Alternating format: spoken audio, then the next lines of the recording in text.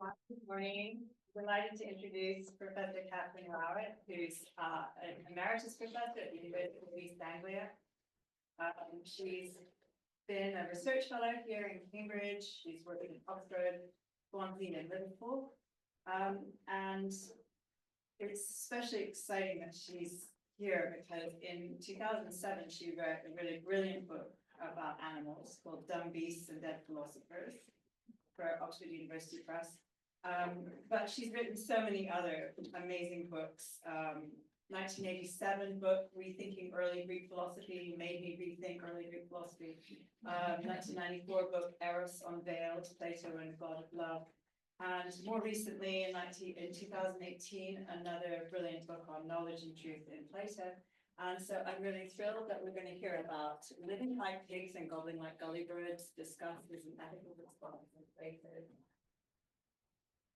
Thank you. I hope I'll give you a bit of entertainment for having turned out early this morning. I made this slightly amateurish PowerPoint yesterday because I thought you would need some pictures for fun. So I've got three sections. I'm going to talk about pigs and asses in Heraclitus, and then I'm going to talk about the Charadrios bird in the Gorgias and Aristotle, and then I'm going to talk about pigs in the Republic and the Statesman. So my topic for today is really some texts in Plato, but to set up my, oh, 1 minute, that doesn't really, what did you say worked? The little arrow. The little arrow. Little arrow? This is pretty sure it should work.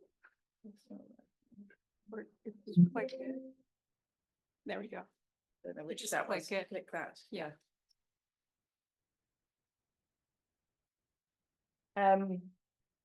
I've started with some snippets from Heraclitus, which I'll use to very briefly to pose a puzzle. If we have a text that contrasts the way animals behave with the way humans behave and draw a response of disgust towards the way the animals behave, one might be suggesting that such behavior would be degrading for human beings. But there's another possibility, which is that we too seem disgusting. And a moment's thought might show us that what we do is just as disgusting as what the animals do, or maybe more so. Maybe the animals are sometimes behaving in a more natural or less boorish way. Perhaps they would regard us as revolting. So the first four texts on your handout, you've got more text on the handout than I've got in the PowerPoint. The first four texts here are occasions when Heraclitus considers the preferences of animals. So donkeys like hay rather than gold, pigs delight in mud, poultry wash themselves in ash or dust. Those things strike us as odd, but perhaps it's our preferences that are odd. What good is gold after all? Are the donkeys, let's see if we can get some donkeys preferring gold. Okay, so this, yeah, so that's the first one, right? So are the donkeys not wiser to choose hay rather than gold, given that gold would be quite useless to them? So in texts 1:5 and 1:6, Heraclitus steps back from some ceremonies that we take to be awesome and efficacious, some religious ceremonies, such as using sacrificial blood for the rites of purification when one has defiled oneself with bloodshed. Surely that kind of purification is no less disgusting than the pigs who wash in mud. In the first text, Heraclitus contrasts the best people, or aristocrats, hoi aristoi, with the rabble, hoi polloi. And he suggests that the aristoi, the best, make a different life choice from the hoi polloi. In choosing the one thing, they are rewarded with an internal wellspring of glory that contrasts with the mortals who die, to whom it belongs. The implication is that one can avoid the short-lived fate of mortals by choosing as the aristoi choose. Perhaps we should understand this to be an allusion to choosing death on the battlefield, but it could equally apply to any other source of fame that lasts beyond death, such as, for instance, writing philosophical works that are still being discussed in classrooms the world over more than 2,500 years after you died. But by contrast, says Heraclitus, the many stuff themselves like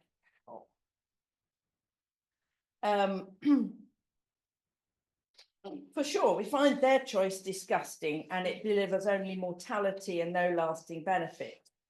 But equally, when cattle make their choice, if it is a choice, to lazily chew the cud and think no higher thoughts and seek no higher glory, we needn't suppose that such a life is disgusting or mistaken as a life for cows. Are we sure that Heraclitus agrees that the choice made by the best people is actually a choice worth making? They give up everything else in return for that undying glory. This suggests that he does indeed have in mind the hero who dies in battle. But was that a good exchange? Was the undying glory worth the loss of everything? The terms are political and the saying looks like a recommendation of aristocracy over democracy. But to be among the best, one must sacrifice everything and choose only the posthumous glory as an eternal reward. So here is our task for today, looking at texts where disgusting kinds of animal behavior or habits are invoked in ethical and political contexts. Do we sometimes find an inversion of the motif so that it turns out that we would have been better off emulating the way of life of the animals? Do some of the thinkers embrace the possibility that human conventions are disgusting and animals have made a better choice? A choice free of nonsensical and erroneous values, a choice free of the bogus constraints of human manners and moral niceties. So were the donkeys not rather wise to stick to the natural pleasure that comes from a manger full of hay in preference to a stack of gold in the bank? Who is right and who is wrong here? I thought you might want a pig in mud.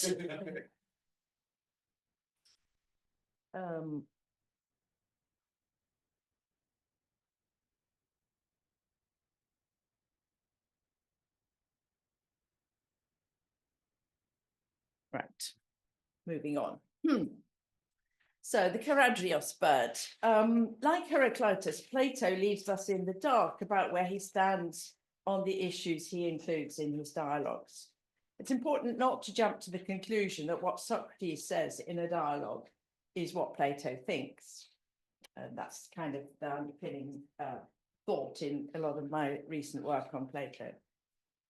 I'm not saying that this is necessarily the solution to any of these texts that I'm looking at, but it's worth bearing in mind. In the Gorgias, Callicles takes the line that social and moral conventions artificially constrain us. So this is Callicles, not Socrates. So the social and moral conventions artificially constrain us and prevent us from appreciating and pursuing what would be really the best thing, according to Callicles. In the passage 2.5 on the handout, Socrates is defending the claim that a life with few needs that are easily satisfied is the best. One can then live in contentment and not be troubled by the need to constantly find more sources of satisfaction. Callicles takes a radically different approach. He thinks that enjoyment comes not from the state of being satisfied, but from the process of satisfying a desire. So one needs to be like a leaky jar with plenty of unfilled desires, and then success comes from having enough wealth and resources to keep satisfying the endless desires. The life preferred by Socrates strikes Callicles as tedious, no better than the life of a stone. Socrates tries a number of ways to problematize this idea of maximizing desires to maximize the pleasure of satisfying them. In our passage 2.5, Socrates suggests that such a life would be comparable to the life of a Charadrios. So here we've got Socrates responding and saying, you're certainly not describing the life of a corpse or a stone, but rather the life of a karadrios. Karadrios is a bird. What is a karadrios? You may well ask. This name occurs as a name or description of a certain kind of bird twice in Aristotle, 2:1 and 2:2 on the handout, and twice in Aristophanes' comedy The Birds, 2:3 and 2:4 on the handout. The word is actually an adjective and alludes to the word for a mountain stream or torrent that cuts into the rocks to make a deep, fast-flowing gully. So the bird is a gushing torrent bird. However, it's not clear whether it has that name because of its habitat. It lives in gullies where torrential streams are, or because of its biology and feeding or drinking habits. Plato's jokes in our Gorgias text probably depend upon taking it in the latter sense, that it's a torrent or gully because of its feeding and drinking habits. In 2:1, Aristotle describes the feeding habits of some seabirds. He includes the karadrios among the birds that he says feed in a similar way to the corona, which he says is a pamphagon, an omnivore. I'll come back to what I think that might mean in a little while. In 2:2, Aristotle is not describing the feeding habits, but the habitat and nesting places. Here he seems to think that the karadrios is so named from the fact that it dwells among crags. He uses the relevant word karadra, which I've here translated crags, and he then adds that it is horrid to look at, has an unattractive voice, and has antisocial nocturnal habits. It seems that Aristotle is endorsing a negative attitude towards this bird that was perhaps its main reputation in popular culture. In 2:3 from Aristophanes' comedy, the so-called king of the birds, summoning the birds, the hoopoe, this is, summoning the birds to an assembly to put to them the idea of fortifying their domain of the sky so as to be able to close the borders and require visas and tariffs for everyone seeking to take goods that way. So the two human visitors are waiting for his calls to draw any birds to the meeting so that they can take a decision about this this opportunity. I don't know whether, have I got this on the, no, I have to go back again. How do we go back again? Previous, there we go. The two, yes, so that they're waiting for his calls to draw any birds to the meeting, and it's not entirely clear what the joke in the last line of this 2:3 is.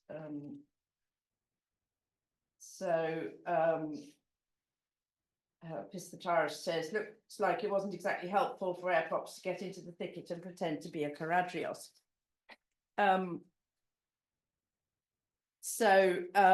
Possibly it turns on the reputation noted by Aristotle in 2:2, Aristotle obviously later, but if I'm right that the reputation is kind of popular culture, that the call of the karadrios is particularly unpleasant to listen to. And so the hoopoe been making an absolutely ghastly noise. I mean, the noise is described in the first 3 lines of this piece, toro, toro, toro, toro, toro, and kick-a-bow. But, you know, who knows if that was actually proclaimed in the most hideous way. Then, you know, the joke that he's imitating a karadrios might be about that. In passage 2:4, the birds have been constructing the fortifications that will enclose Cloud Cuckoo Land. And the messenger describes how they did it as a collaborative effort with different workers deploying their various talents according to a perfect division of labour. And the task for the karadrioi is to transport water into the air for the mortar. So how do these birds carry the water up to where the wall is being built? We shouldn't assume that they transport it in their beaks, especially given the persistent lavatory humour that characterises this play. Rather, we should clearly suppose that they swallow the water in huge quantities and then pass it out of their bowels to supply the building project. And it's this motif that prompts me to unpack Aristotle's account of the feeding habits of the shorebirds in passage 2.1 with the words that I'd put in square brackets in the translation, so as to suggest that what is meant by saying that they are pamphagon is that they swallow everything because they gulp down water along with all the creatures that happen to be in it, and then they pass out the water having sifted out the creatures that are contained therein, which then form their food source. So my suggestion is that what Aristotle is saying about these birds is that they feed by swallowing a lot of the seawater or the river water or whatever it is, living by the shore, and that their food source is the creatures that happen to be in what they're gulping down. So they have a reputation, therefore, of taking in a lot and flowing out a lot. And that's what's also there, possibly in the suggestion that they take the water up for building the wall in the birds. So it's time to turn to our target text from the Gorgias, text 2.5. And the genre here is philosophical comedy, as in much of Plato. Socrates is trying to ridicule Callicles' position here using the same toilet humour about bird poo and avian diarrhea as in Aristophanes. If you need a constant inflow to be enjoying pleasure, says Socrates, you will need correspondingly large outflow orifices.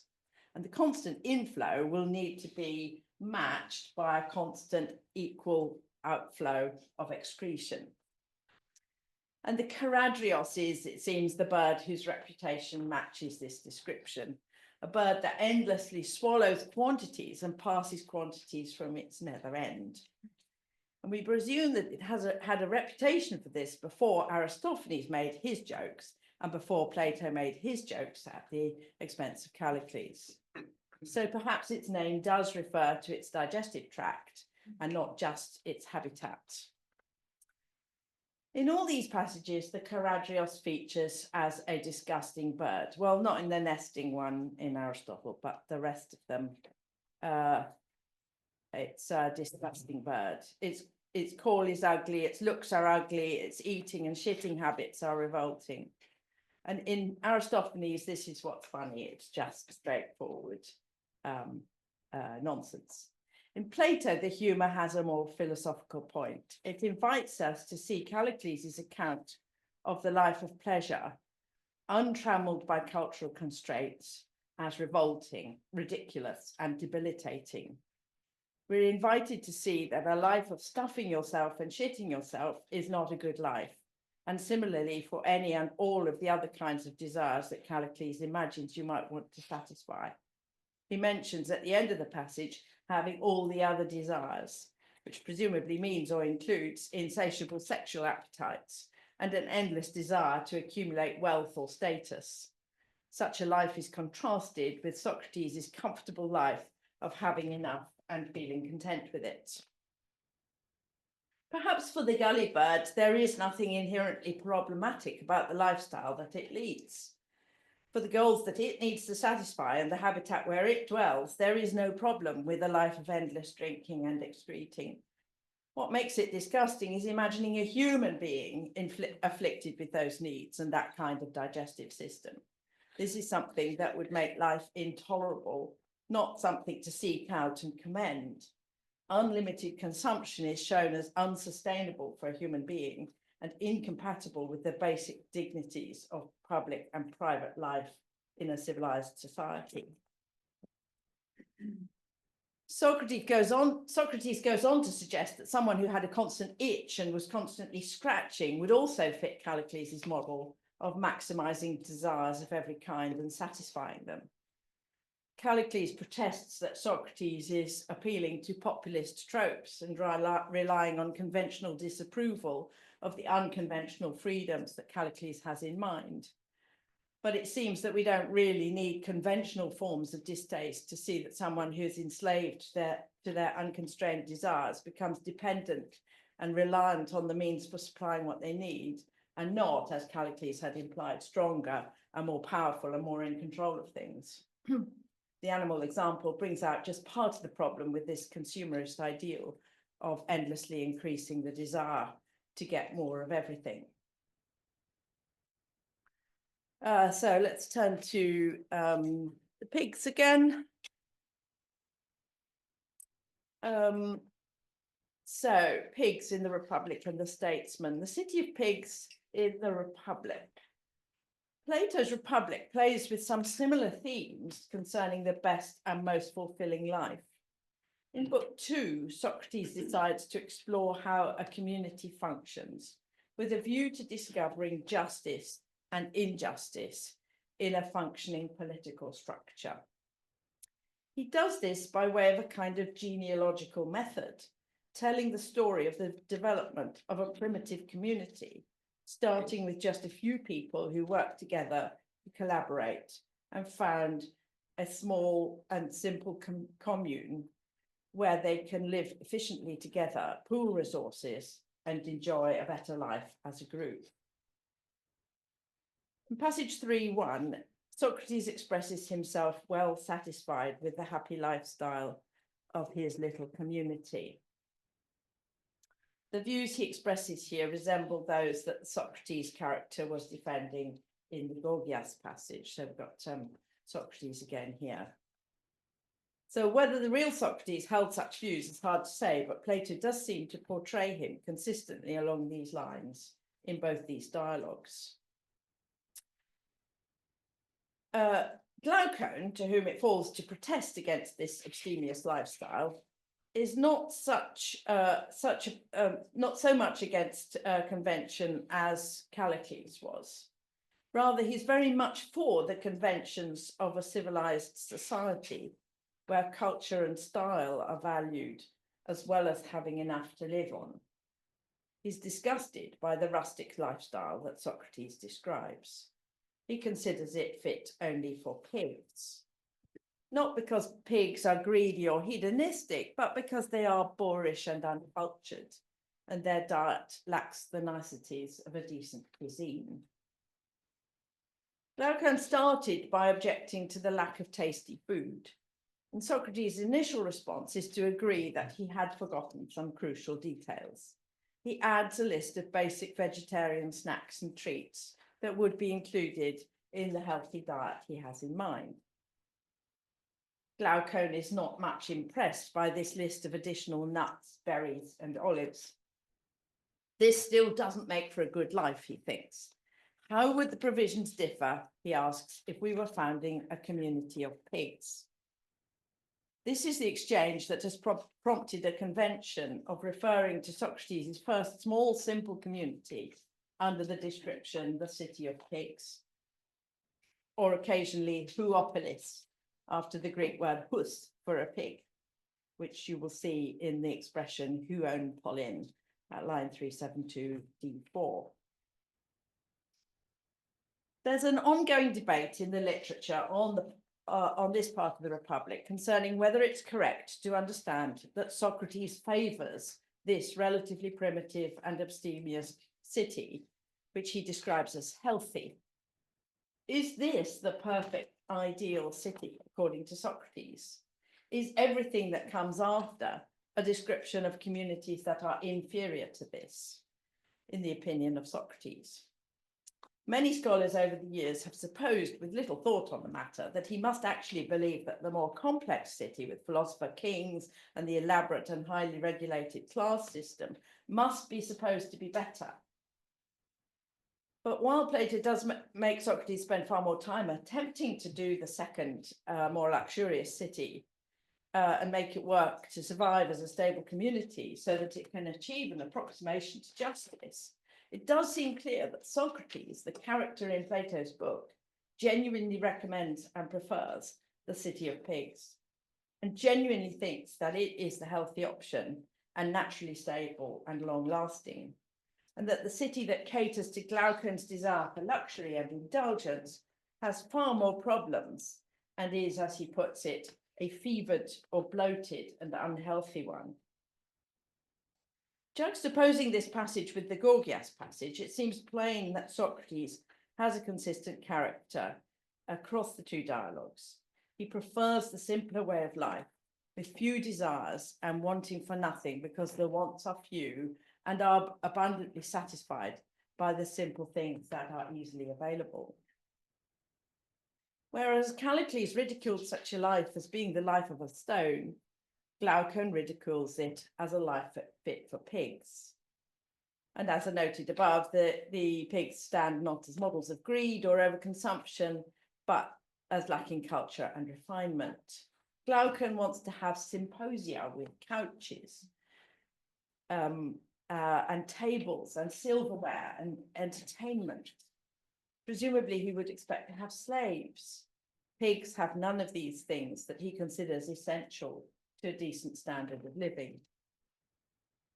In this case, however, Glaucon's disgust is not something we are invited to share, or at least the character Socrates doesn't share Glaucon's disgust. Socrates doesn't recommend the inclusion of additional forms of luxury and consumption. He notes rather that it inevitably leads to war and the need to maintain an army, as well as other mechanisms for containing and dealing with injustice. Does Plato share Socrates' preference for the low-maintenance, sustainable community? That's not immediately clear without a lot of additional work, but for my present purpose, it's sufficient to note that Glaucon's tastes and responses differ starkly from those of Socrates, and the implication is that Glaucon's preferences are conventional and unreflective, and that he sets much store by the accoutrements of a decadent society. What looks to him like a life fit only for pigs may actually be the best life for humans, and what he takes to be a good human life may actually be marred by the kind of greed and excess that we'd often ascribe to pigs, probably wrongly.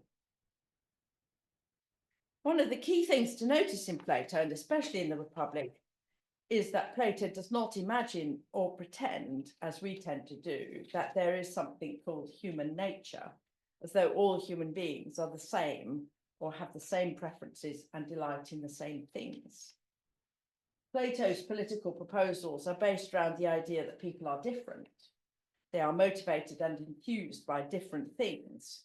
They have different ambitions, different talents, and different things make them happy. He constructs his ideal city, the more developed city, but also in some ways his city of pigs. He constructs these communities precisely to reflect the different talents and interests of the different people, so as to share labour among the people in such a way that everyone can flourish by doing what comes naturally to them and find the rewards that make them happy. So in response to Glaucon's desire for luxuries, Socrates doesn't dismiss or reject such values, but treats the need to have more cultural niceties as a reasonable request that must be accommodated if possible, because some people are like that. Glaucon is like that. Some people feel the need of having a bit more luxury. So he tries to model a community that can ensure that people like Glaucon can also enjoy a good life with a modicum of the delights that they pine for, while still guarding against the community becoming a dystopia of greed and the consequent conflict and injustice. To find a solution that works is a long task, and it occupies several books of the Republic. So in this text, pigs serve as something of an ecological and sustainability ideal, and the way of life that strikes Socrates as genuinely wholesome is that piggy life. So if Socrates is right, the piggy life is not at all to be despised as unfit for humans, since in fact it delivers the best, most harmonious and long-lasting community, but with this fault that it doesn't accommodate people like Glaucon who would not be happy with it. So there is a conflict there between the thought that ideally we should all be like Socrates, we should all be happy with the city of pigs, a piggy life would be perfect, but then there are people like Glaucon, and Glaucon is a human being, and Glaucon has desires, and Glaucon would not be satisfied. So in that sense, the piggy life doesn't satisfy everybody. The city of pigs would avoid the corruption that is a risk for the more developed city, we have quite an extended account of the way in which those societies necessarily fall into decline, and you end up with anarchy and tyranny in various ways, and that seems to be a fault of the more developed city. Whereas if we could all be like Socrates, probably we wouldn't need any of that. Perhaps that's a bit over hopeful. So let's move on to the statesman. Pigs feature again in our passage from Plato's Statesman. There are multiple levels of jokes here, which are, as far as I can see, rarely unpacked in full to explore the philosophical point, if there is one. In this dialogue, a character called the Eleatic Stranger is in conversation with a youth called Socrates Jr. So this is a young man, not the traditional Socrates, but a next generation, maybe 2 generations down, I don't know. They're trying to discover what makes the perfect political leader by using a kind of analysis process, which involves identifying generic classes into which your target falls, and then subdividing those classes by the method that we call the method of division. You subdivide the classes repeatedly until you have a fairly precise account of the item that you're investigating. And the stranger insists that the inquiry must proceed by bisecting each class. So you have to start with one overall thing, and then you can only make 2 divisions. 2 classes. So you must make one cut into 2 at each stage. And the 2 groupings that you divide it into must be approximately equal. You can't have something where you mark off one thing and then all the things that are not that. Like, for example, Greeks versus barbarians, because barbarians are all the other kind of people. Barbarian is just an alternative word for all the people who are not Greek. And that's not an equal division. So that kind of division, not okay. Even if it looks like you've got 2 names, if one of the names just means not those, then it's not a good division. So these are methodological constraints that the stranger puts on this thing, but their overall plan is that you start with the generic class, you subdivide, and then you go down. So you subdivide into 2, then you choose the side that it's on, and you subdivide that into 2, and so on. So every class has 2 and only 2 subspecies, which can then be similarly divided. And by bisecting repeatedly in this way, the final cut will place the target item in one very restricted subclass under a scheme of classes and subclasses. That's the theory. However, the practice of this method in the Statesman is almost entirely ridiculous and repeatedly leads to absurdly uninformative results. It's hard not to conclude that the dialogue is meant to be very funny. It can seem rather tedious if you're trying to read it in Greek, but it's meant to be very funny, I think. At the same time as showing the ineffectiveness of the bisecting method, at least when it's done in this particular way. When starting the inquiry into the perfect political leader that we're in, I mean, there are a number of repeated attempts at doing this inquiry, but the one we're in the passage that I'm looking at, the stranger had observed that human beings are gregarious creatures. So he begins with considering the people who take charge of herds of gregarious people on the grounds that the political leader must be somebody who takes charge of a gregarious kind of animal.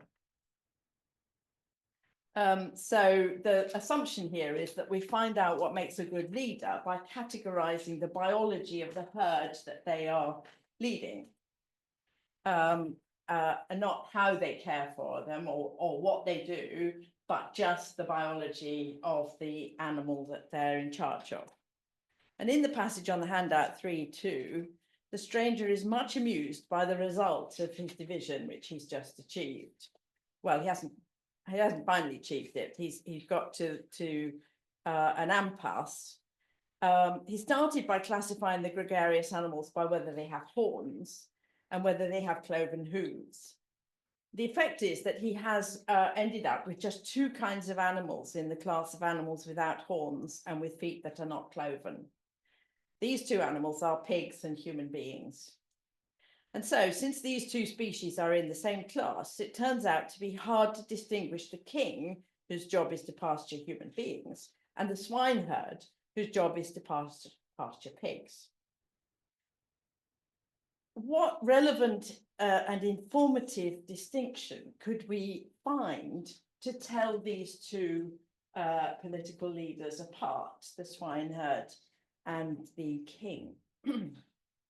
In fact, the division gets stuck at this point, and that's obviously part of the joke. The text itself makes clear that this result is a joke.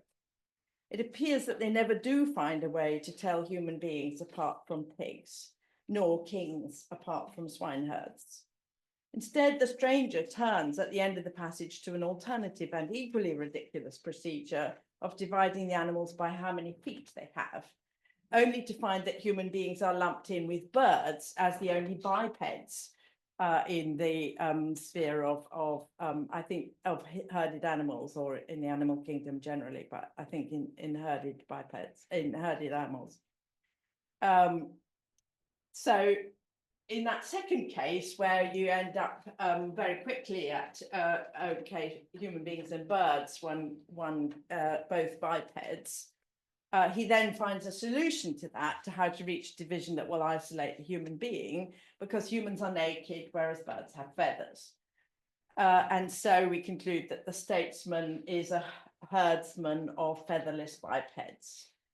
And human beings being obviously featherless bipeds. Really useful account of what the human being is, a featherless biped. Lest we think that this apparent success is an improvement on the difficulty encountered with the swine, one might note that this is also a piece of nonsense, and it's still entirely uninformative, both about what is important or distinctive about human beings, for which arguably neither the number of feet nor the absence of feathers is diagnostic in any way, aside from their relevance for some kind of biological classifications, and also about what makes the king of such featherless bipeds a king and not just one of the flock. So, returning to the part that concerns pigs, since that's what I chose to talk about, there are a number of jokes about pigs in this passage. In the second exchange, the stranger laughs to find that the human race is allocated to compete in the running heat, alongside what he calls the most nobly born and charming of creatures. He doesn't mention pigs, right? We're just supposed to pick up that this must be what's here. This description of the pigs as nobly born and gracious or well-mannered is surprising and presumably tongue-in-cheek. But Socrates Jr. only comments on the general absurdity of the outcome, the us and pigs in the same category, not on the stranger's amusing description of the pigs. The stranger now responds with a pun, where again the humour is a little hard for us to decipher.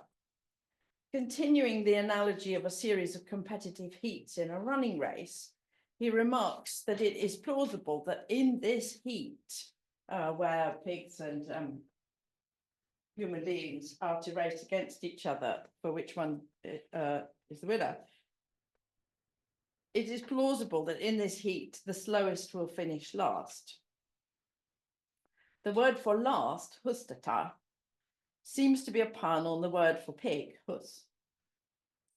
So perhaps the thought is that if they did run this heat, the pigs, being hus, will be the slowest and will arrive last, leaving the humans to emerge as the winners. Was it conventional to suppose that pigs are slower than humans? Perhaps the assumption is that they are lazy, but equally it's not impossible that the stranger is joking about the fact that the human beings would actually be outrun by the pigs and would arrive last. So that the term hustata, with its pun on piggishness, would apply in fact to the human beings, So the people who turn out in the race, when the ones to arrive last will be the human beings, and they will turn out to be piggish. The whole joke seems to turn on the idea that pigs and humans are effectively indistinguishable, and the human politician is indistinguishable from someone charged with herding pigs. The inability to tell the king and the swineherd apart is the topic of the next joke at 266C10. Once you strip the king and the swineherd naked for exercise, the Greeks exercised naked. Our word for gymnastics is about being naked, right? So the term here is find it.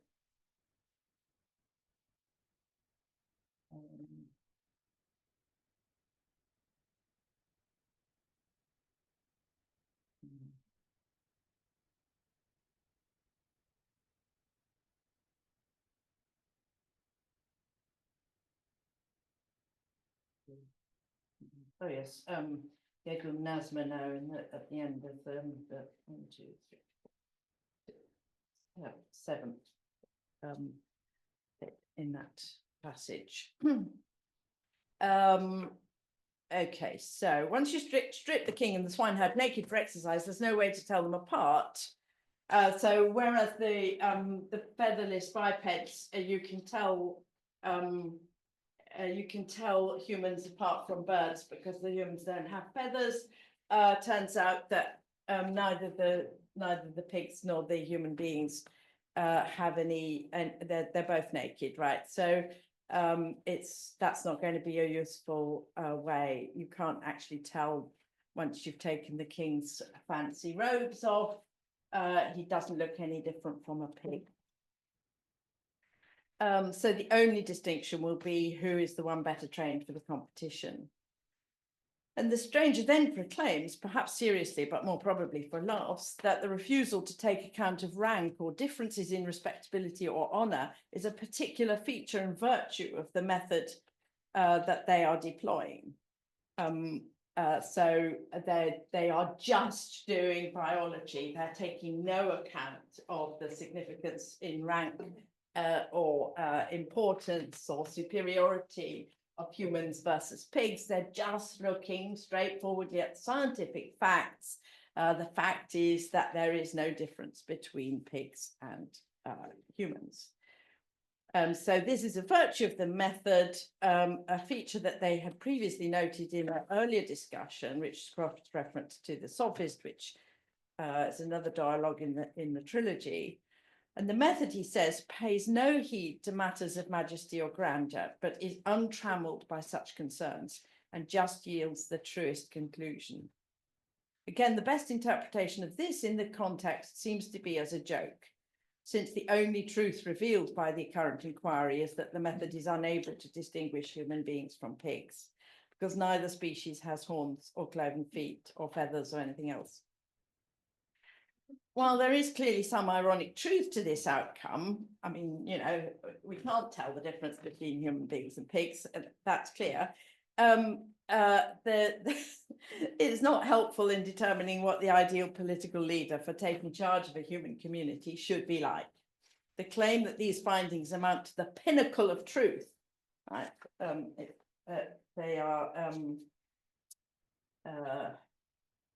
Palethestaton, the most true thing, right?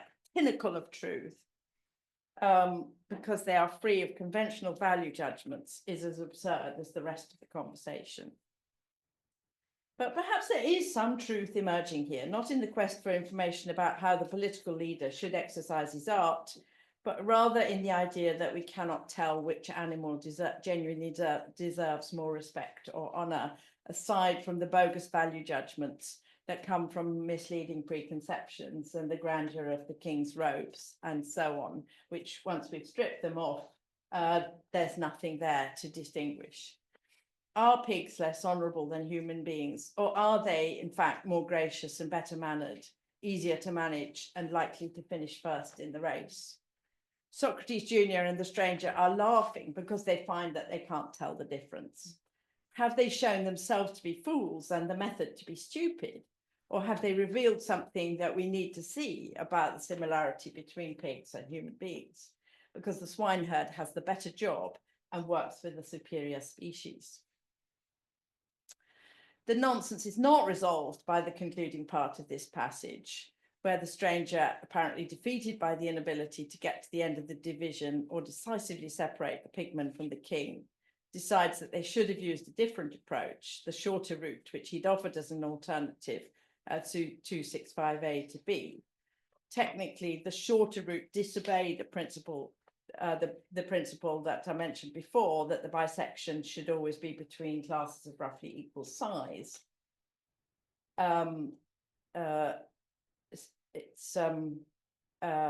Instead, he now suggests we could have taken the shorter route, and instead of dividing the herds of land animals into with horns or without, they should have gone by straight to how many feet they have, separating the quadrupeds from the bipeds as the first move. And then finding that humans and birds are in the biped category, divide them by the feathers or naked.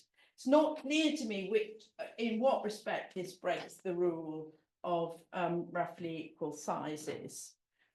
It's not clear that there are more quadrupeds than bipeds, given that how many species of birds there are. If we're within domesticated things, then I guess there are some poultry and stuff that are farmed. But again, you know, are they more or less numerous than human beings? It's not abundantly clear. So is this a result? Is this an answer to what a true king is? It tells us only, again, some rather irrelevant biological differentiate of the species over which the king must rule. The stranger grandly proclaims at the end of his biped division, he grandly proclaims that, hey presto, the science of herding human beings is revealed. Then all we have to do is bring in the kingly and political leader and set him in there as the charioteer, handing over to him the reins of the state, because that is his proper expertise.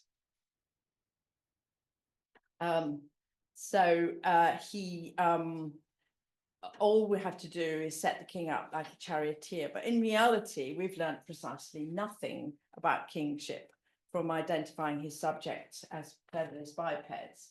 Wheeling him in and putting him into the chariot doesn't actually tell us who he is or why he deserves to be the charioteer or anything about being a statesman other than that your subjects are featherless bipeds. So why does Plato do this? I like to think that he has the young Aristotle in his sights as a target of ridicule. If you thought biological taxonomy was going to get you to important insights about political science, you have another think coming. How can knowing the biological taxonomy into which something fits, help you with understanding what a political leader is? But that's an aside. I'm not going to go down that route right now. But my interest now is the way that these jokes play with the conventional attitude to pigs. The humor here depends on the feeling that perhaps we are no different from pigs, or maybe ruling is a bit like herding pigs, or maybe somehow the pigs are actually better than us. Our disgust, our distaste, our supercilious self-aggrandizement, all these are turned against ourselves as we find ourselves confronted by our own porcine hideousness. So pigs are good for jokes. Jokes are a good way to do philosophy. Standing back and looking with disgust at the human herd is a good way to do political and environmental philosophy. Of course, it needs to not just stop at the jokes. It needs to go on and consider how a genuine political leader could turn human life into something better than a life fit for pigs, or perhaps make us embrace the life fit for pigs if that's actually the best life for us too.